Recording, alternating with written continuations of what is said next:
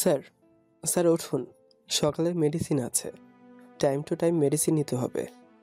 Sir, sir রুমে আছেন, ঘুমাবেন আর একটু? ব্রেকফাস্ট কি তাহলে পরে আনতে বলবো? মেডিসিন না নিলে পায়ের ব্যথা আরও বাড়বে। গত রাতে জ্বর টর আর আসছিল, এখন কি একটু বেটার ফিল করছেন, নাকি ডাক্তার মনিকে ডাকবো? বন্ধ দরজায় নক করতে করতে কথাগুলো বলছিল বুড়া, কিন্তু যাকে বলছে তার কোনো সারা শব্দ নেই। সারা শব্দ না পেয়েও হাল ছাড়ল না, সে পুনরায় নক করতে লাগলো।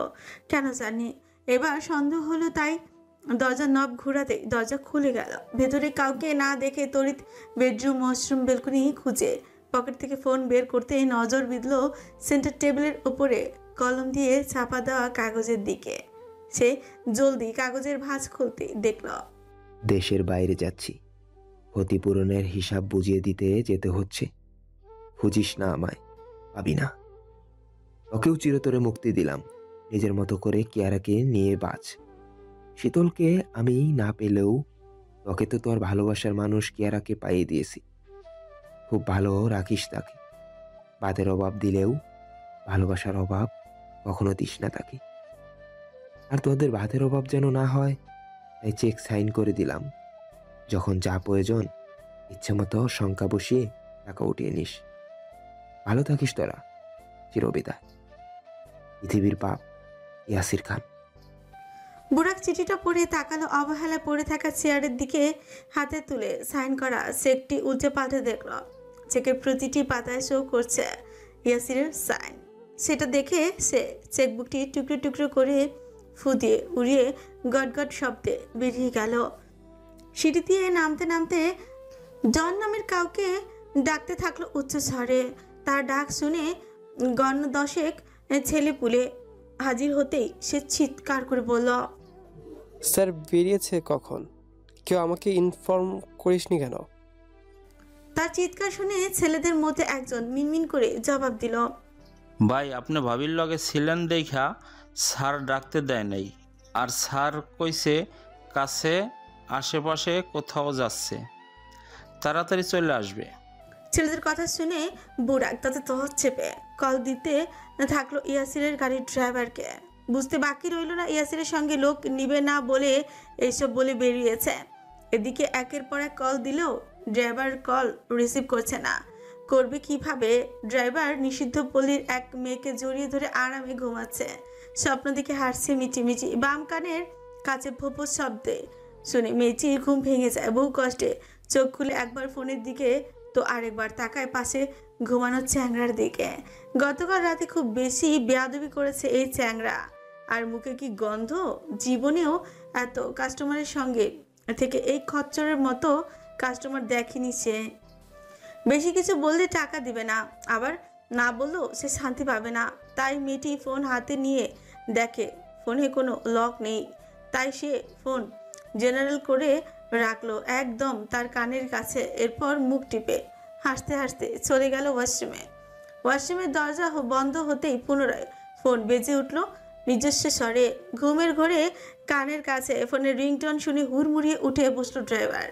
চোখ বড় বড় করে তাকালো ফোনের দিকে। এরপর দিশা না পেয়ে কলটা রিসিভ করে হড়বড় করে বলতে লাগলো, কে?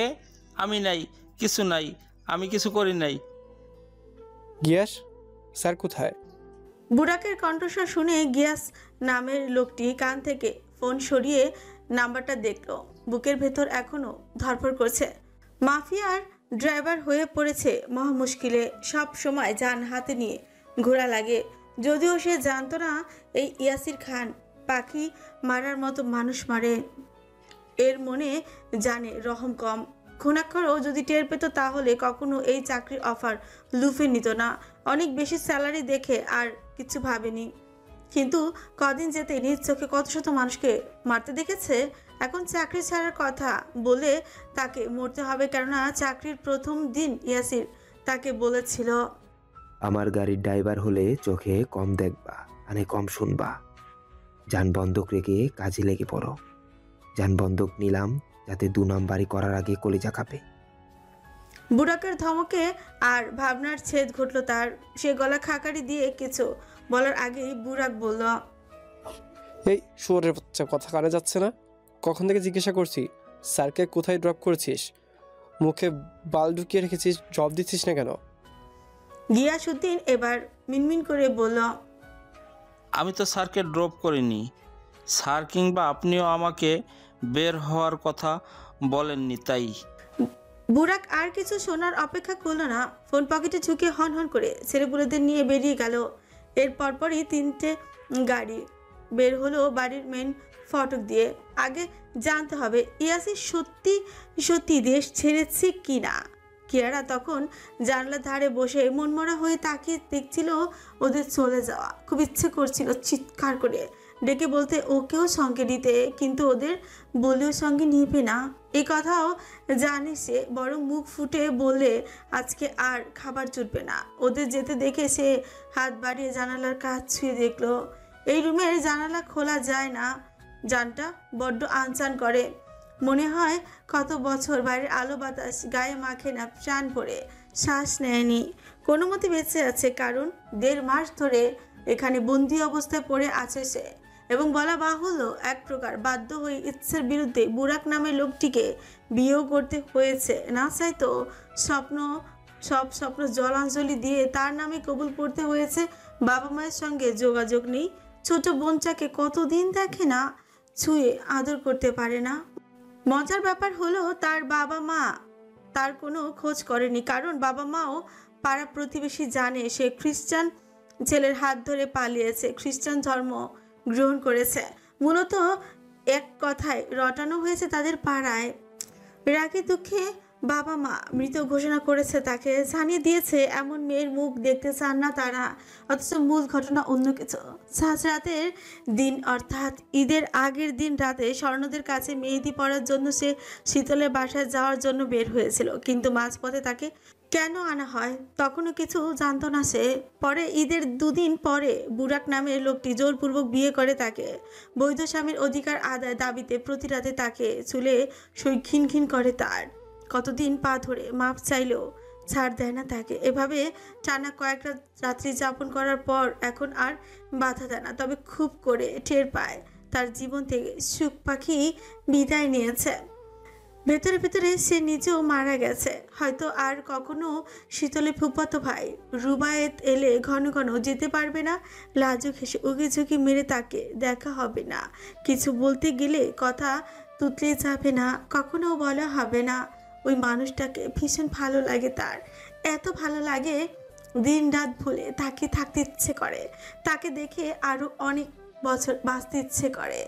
মেরিনার পোশাকে শীতলের ফোনে সেদিন প্রথমবার ছবি দেখেছিল। সেদিনই প্রথম প্রেমের পথে বিশ্রীভাবে পিছলে পড়েছিল। ফেক আইডি দিয়ে কতদিন কথা বলার চেষ্টাও করেছে। সারা দিন রাত তার আইডিতে ঘুরে ঘুরে সুন্দর সুন্দর ছবি দেখেছে। ফানিগুলো পোস্ট দেখতো।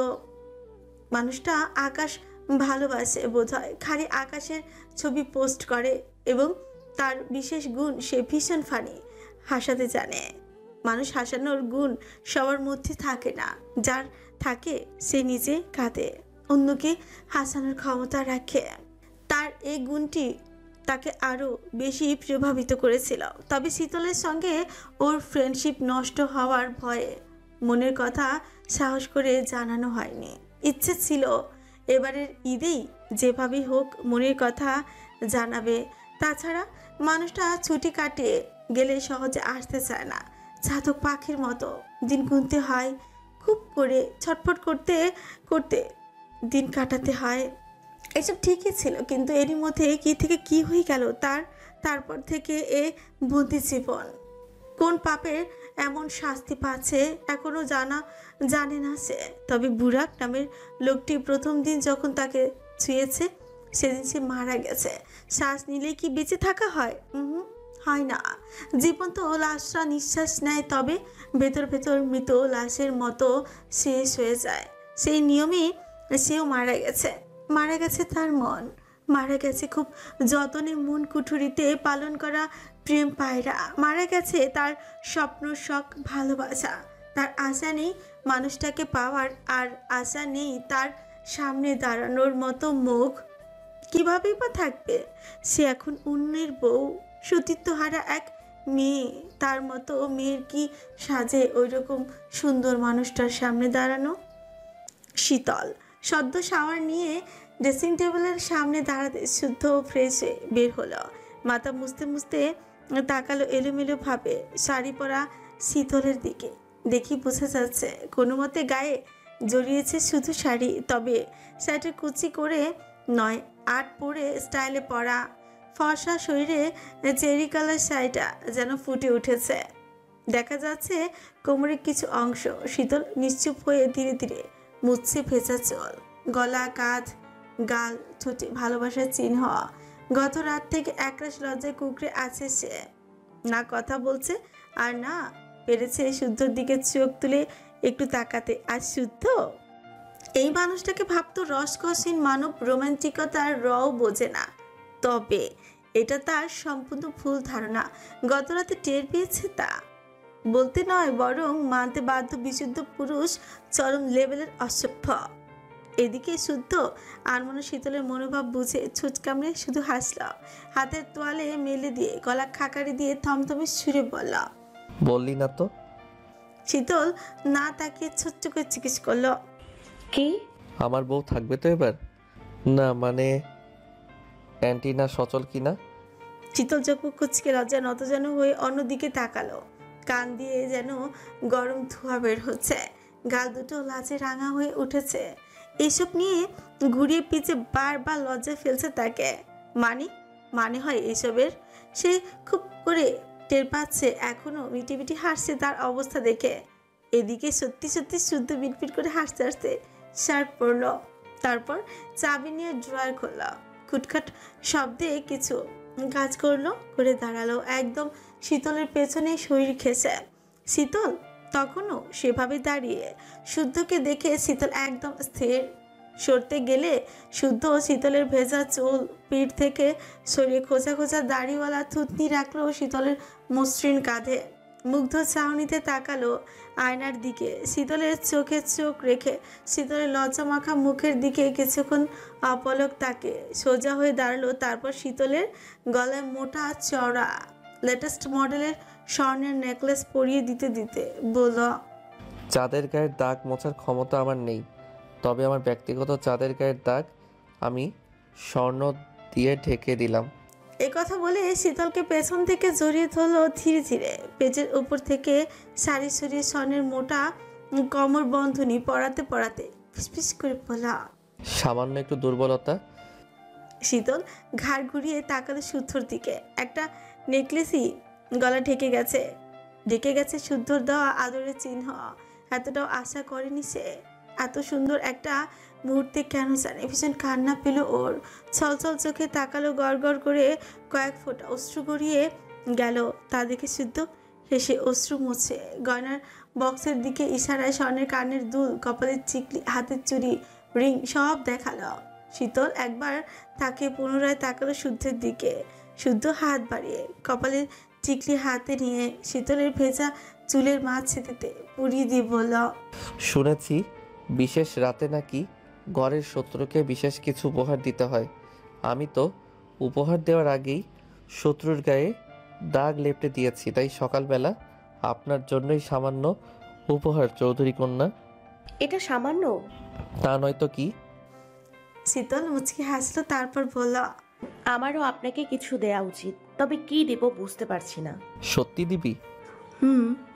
দিলে টাকায় কেনা জিনিস দিস না, বরং মহামূল্যবান কিছু দে। কি সেটা? কি চান আপনি? কোথায় পাবো সেটা? কিভাবে দেব বলুন? শুধু কথা দে, আমি বেঁচে থাকা কালীন অন্য কারো স্পর্শ তোর শরীরে লাগতে দিবি না। প্রয়োজনে খুন করে হলেও নিজেকে বাঁচাবি, বাকিটা আমি সামলে নেব। কথা দিলাম তাই হবে। এই কথা শুনে শুদ্ধ একবার দেওয়াল ঘড়ির দিকে সময় দেখে শীতলের দিকে তাকিয়ে বলল, নিচে যাবি? এক্ষুনি ডাকতে আসবে কেউ না কেউ। না, যাই প্লিজ। হুম, আমি খাবার নিয়ে আসছি, তুই এই রুমেই থাক। এই কথা বলে শুদ্ধ দরজার দিকে এগিয়ে কি যেন ভেবে দাঁড়িয়ে গেল। তারপর ঘাড় ঘুরিয়ে বলল, একটা কথা বলতে ভুলে গেছি। জরুরি কথা ভেবে শীতলও শুনতে মনোযোগী হলো।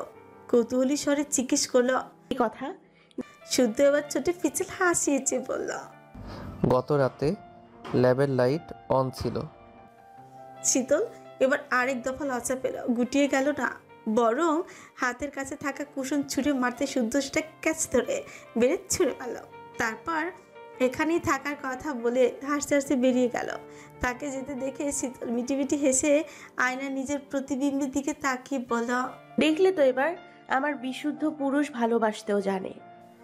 ঘড়িতে তখন সকাল 8টা। এ সময় চৌধুরীর বাড়ির সকল সদস্য একে একে নাস্তার টেবিলে হাজির হয়। রোজকার মতো আজও হাজির হয়েছে, যে যার মতো চেয়ার দখল করে বসেছে। সিতারা, সিমেন্ট, সিরাত ব্যস্ত হাতে সবাইকে নাস্তা পানি বেড়ে দিচ্ছে। খেতে খেতে সবাই চুপচাপ কথাবার্তা বলছে। শীতলকে না দেখে শরাফত চৌধুরী বললেন, সবাইকে দেখছি, শীতল মা কোথায়? খাবে না?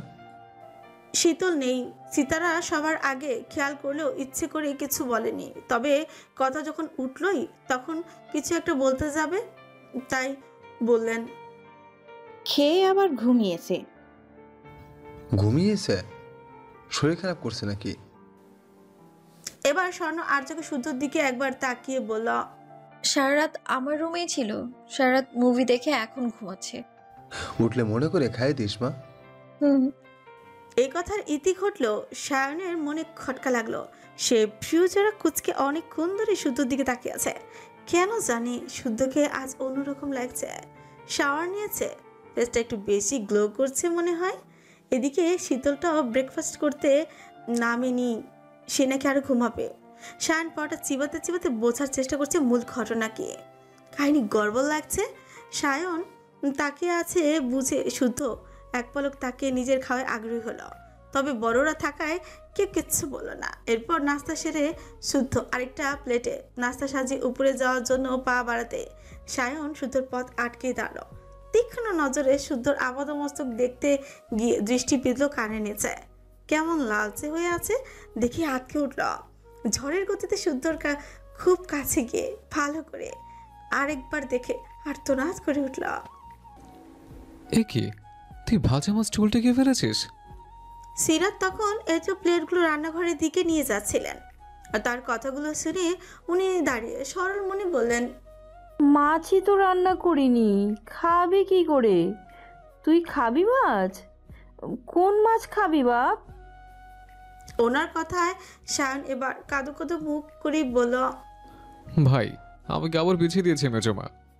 পিছিয়ে দিয়েছে? কিভাবে? শুদ্ধ তো নিচে নেমে কারোর সাথে কথাও বলিনি, চুপচাপ ভদ্র হয়ে নাস্তা সেরে রুমে যাচ্ছে।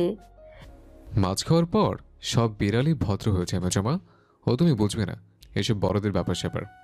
বিড়ালের পেট ভরা থাকে তাই বোধহয়। সমস্যা নেই, তুই বল কি মাছ খাবি?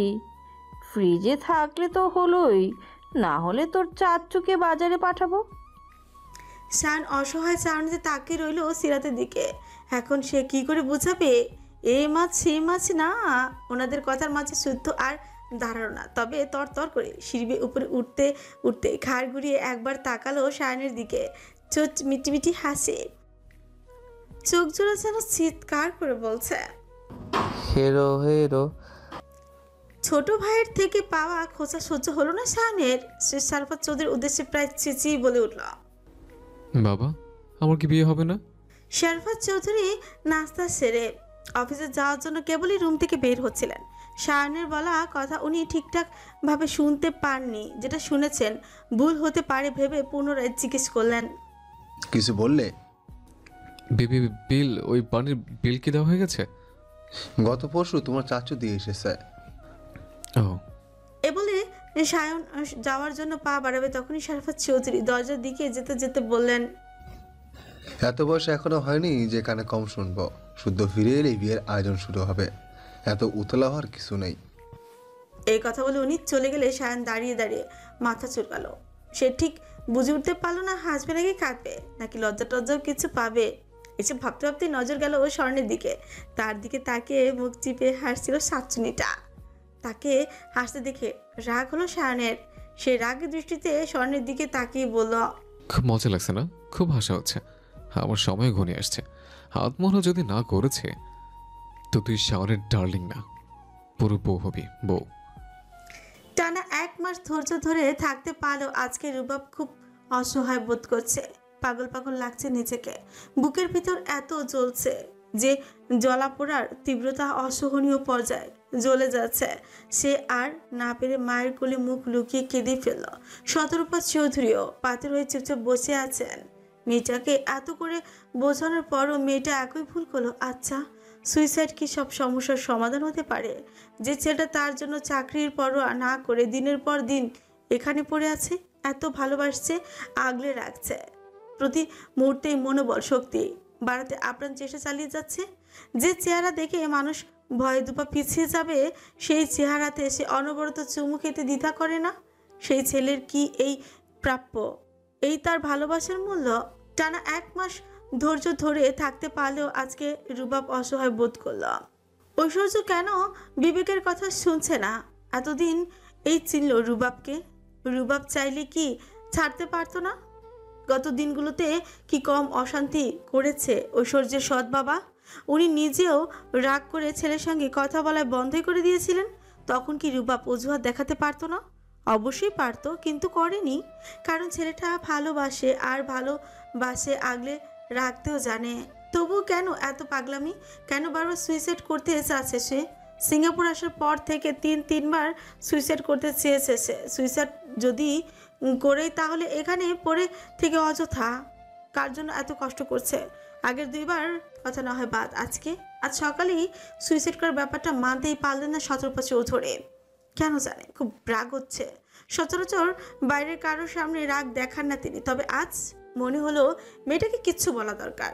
তাই তিনি ছেলের মাথা সরিয়ে উঠতে গেলে রুবাব ওনার পা ধরে ফেলল। হাঁটুতে মাথা ঠেকিয়ে কান্না ভেজা কণ্ঠে বলল, প্লিজ ওকে কিছু বলো না আম্মু। ওর মাথা ঠিক নেই, কি করতে চাচ্ছে ও নিজেই জানে না।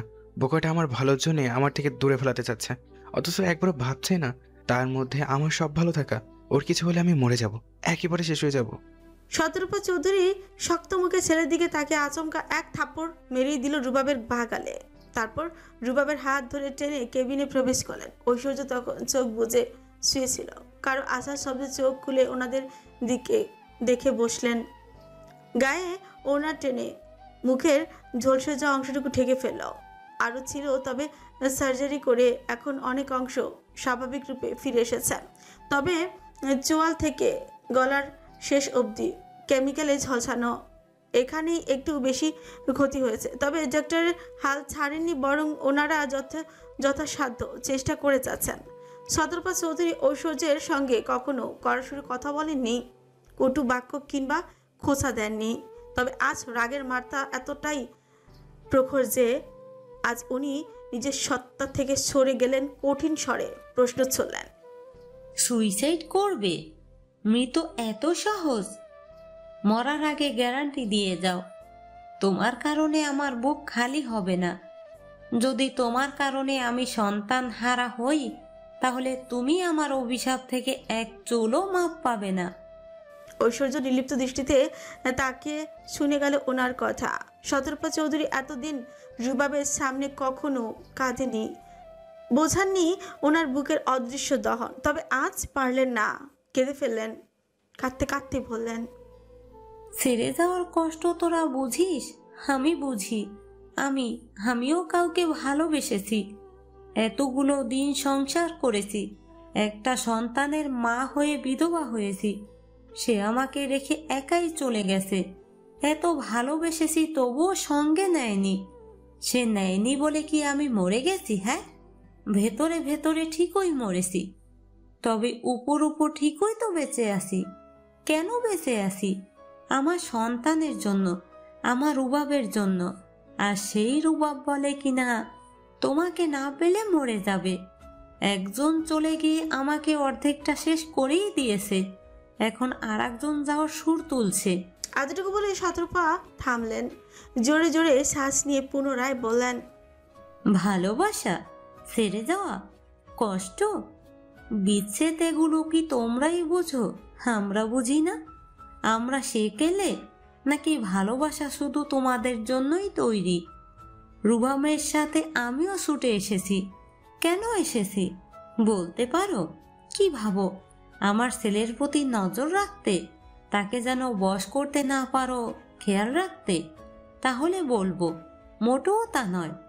তোমার ভাবনা উন্নত করার প্রয়োজন। সত্য কথা সব সময়ই অপ্রিয় হয়, তবুও আমি সত্য কথা অকপটে বলতে পছন্দ করি এবং বলছি যে শুনতে খুব খারাপ লাগছে। তুমি এতিম, পৃথিবীতে তোমার কেউ নেই। তোমার বিপদ যে একবার কেউ দেখে যাবে সেই মানুষটাও তোমার নেই। অথচ আমরা যখন তোমার জন্য লড়ে যাচ্ছি তখন তুমি সুইসাইড করার চিন্তা মাথায় গেঁথে রাখছো। কেন বলো? সেই কারণ বলার সৎ সাহস আছে তোমার? নাকি সেই একই বলিয়া ওড়াবে, আমার ছেলে আবেগে ভাসছে, আফসোসে পুড়ে মরবে, হ্যান ত্যান? তোমায় ছেড়ে দিলে আরো আগেই দিত। আর সারা অনেক রিজন ছিল। বাংলাদেশ থেকে আসার পর তোমার ছোট ছোট সার্জারি হয়েছে। সার্জারির জন্য নিয়ে যাওয়ার পর রুবামের কান্না দেখেছো? ছোট বাচ্চারা প্রিয় মানুষ হারালে যেভাবে কাঁদে, ও সেভাবে কাঁদে। আর আমি মা হয়ে সব দেখি, সব সহ্য করি। আমাকে দেখছো না? আমি একজন বিধবা নারী। আমি মা, আমার সন্তান জন্ম দিয়েছি, হাতে বুকে পালন করেছি। আমার এই জার্নি মোটেও সহজ ছিল না। ছেলেকে মানুষ করতে আমাকে কত সাফার করতে হয়েছে। অথচ সেই ছেলেটাকে বিয়ে করানোর জন্য এত চেষ্টা করেও পারিনি। কেন পারিনি? কারণ সে তোমাকে ভালোবাসে, তোমাকে চায়। এরপর আমি তোমাদেরকে মেনে নিয়েছি, অথচ তুমি বেঁকে বসেছিলে। আমার আরেকটা ছেলে শুদ্ধ তৈরি করা ফর্মুলা বাঁচাতে তোমার এই হাল। তুমি আমার ছেলের হাসির কারণ। তোমার বিপদে আমি ছেড়ে দিতে পারি না। তোমার প্রতি আমার দায়িত্ব আছে। মধ্য কথা, তোমার প্রতি আমার সফট কর্নার আছে। আর সেই জন্য আমি তোমার মা হতে এখানে এসেছি। অথচ তুমি ভুল করেও আমায় মা বলে ডাকনি। আজ কথা বলো, সরাসরি বলো, তোমার কি সমস্যা? সমস্যা যদি তোমার রূপেই হয় তাহলে আবারও বলছি, তাতে আমি কিংবা আমার ছেলের কোনো সমস্যা নেই। আর যদি অন্য কোনো সমস্যা হয় তো সেটাও খুলে বলো। দুদিন পর পর একজন সিরিয়াস হও তো আর একজন বেঁকে বসো। এভাবে কোনো সুস্থ সম্পর্ক হতে পারে না। যে বুঝ নেয় তাকে বোঝানো যায়, কিন্তু তুমি বুঝছো না ঐশ্বর্য। আমরা বোঝাতেই আছি, তুমি তোমার ভাবনা ধরে সুইসাইডের ধান্দায় থাকছো। এভাবে কতদিন, কতবার? বারবার ভাগ্য সহায় হবে না। মুখ খুলে বলো, কেন সুইসাইড করতে চাচ্ছ? কি সমস্যা তোমার? ঐশ্বর্য মাথা নিচু করে নীরবে কাঁদছে। রুবাবও পাথরের মতো স্থির হয়ে মায়ের দিকে তাকিয়ে আছে। মায়ের একাকিত্ব নিয়ে এভাবে কখনই ভাবিনি সে। হ্যাঁ, মা অনেক দিন বলেছে চাকরি ছেড়ে চলে আসতে। এই চাকরির কারণে দেখা যাবে মায়ের জানাজা পড়াতে পারবে না সে। মায়ের কথা শুনে রুবাব রাগ দেখালেও কখনো সিরিয়াসভাবে ভাবেনি। ভীষণ শখ করে এই চাকরিতে জয়েন করেছিল সে। আজকে মায়ের কথা শুনে নিজেকে খুব ছোট লাগছে। আগে ভাবতো সে ভালো, আর যাই হোক সে মায়ের কাছে ভালো ছেলে, কিন্তু না, সে মায়ের কাছে ভালো ছেলে হতে পারেনি, ভালো প্রেমিক হতে পারেনি। আচ্ছা, এই আফসোসটুকু রাখবে কোথায় সে? এতদিন ভাবিনি বিধায় কিছু মনে হয়নি। আজকে থেকে বুকের গয়নে জমানো এই আফসোসটুকু তার বুক পাঁজর ঝাঁঝরা করে থাকবে। মৃত বাবার কাছে হাসির ময়দানে জবাব দেবে কি? যে মা তাকে কষ্ট করে মানুষ করেছে, ভালোবাসার মানুষকে পাওয়ার বাসনায় মায়ের কথায় গুরুত্ব দেয়নি সে। কখনো ভাবেনি শক্ত খোলসে আবৃত করা মা তার সঙ্গ চায়, সুন্দর কিছু মুহূর্ত চায়। মনে মনে এসব ভেবে রুবাব লাল বর্ণ চোখে তাকালো ঐশ্বর্যের দিকে। মায়ের সামনে সরাসরি প্রশ্ন ছুড়ল, কি চাও ঐশ্বর্য? 3 শব্দের একটি বাক্য, তবুও বলতে কষ্ট হলো রুবাবের। বুকটা ভার হয়ে আছে। ঐশ্বর্য নীরবে কাঁদলেও রুবাবের কথা শুনে শব্দ করে কেঁদে ফেলল। তাকে কাঁদতে দেখেও রুবাব এগিয়ে এলো না, পূর্বের মতো উতলা হয়ে কিছু জিজ্ঞাসাও করলো না। তবে মলিন মুখে তাকে দেখলো ওর কান্না। ঐশ্বর্য অঝরে ঝরে যাওয়া অশ্রুসিক্ত চোখে দিকে তাকিয়ে রুবাব বলল, আমার দেখা বেস্ট জুটিকে জানো? আমাদের শুদ্ধ শীতল। ওদের ভালোবাসা দেখেছ? ঝগড়া, মারামারি, খুনসুটি, ভালোবাসা কোনো কিছুরই কমতি নেই। শুদ্ধ বুঝদার। আর শীতল চঞ্চল, অবুঝপনা, জেদি। শীতল যতই ভুল করুক সেই ভুলের বিচার শুদ্ধ করে, যা শাস্তি দেওয়া সেই দেয়। বাড়ির কেউ যদি মারে বা বকে শুদ্ধ রেগে যায়। আবার শুদ্ধের পাশে বসলে বা শুদ্ধের জিনিসের বাইরে কেউ নিলে শীতলের মুখের দিকে তাকানো যায় না। বাধা বিপত্তির পর শীতল মাঝরাতে আবদার করে বিয়ে করবে। শুদ্ধ মাঝরাতে বাড়ির সবাইকে হাজির করে। হাসপাতালে বিয়ে করে সঙ্গে সঙ্গে নিশ্চিন্তে ঘুমিয়ে গেছে, কারণ তার হারানোর ভয় নেই। তুমি মাঝে মাঝে শীতলের মতো অবুঝ কেন হও না ঐশ্বর্য? কেন কারণে অকারণে আবদার করো না? কেন জেদ করে বলো না বিয়ে করার কথা? তুমি ম্যাচিওর, স্বর্ণ ম্যাচিওর। তোমরা আগে পিছে শত শতবার ভাবো। এত ভাবতে বলে কি তোমাদের? তোমরা ম্যাচিওর বলেই আমায় আর শায়ান ভাইকে শুধু গোহারান হারিয়ে দিয়েছে, চোখে আঙ্গুল দিয়ে বারবার দেখিয়ে দিয়েছে। ম্যাচিওর হলেই হয় না, অধিকার খাটিয়ে চাইতেও জানতে হয়। যেটা শীতল তোমাদের ছোট হয়েও খুব ভালো পারে। সে দুনিয়াদারি সম্পর্কে বুঝে কম, তবে তার ছোট্ট পৃথিবীতে শুদ্ধ সবকিছুরই আগে।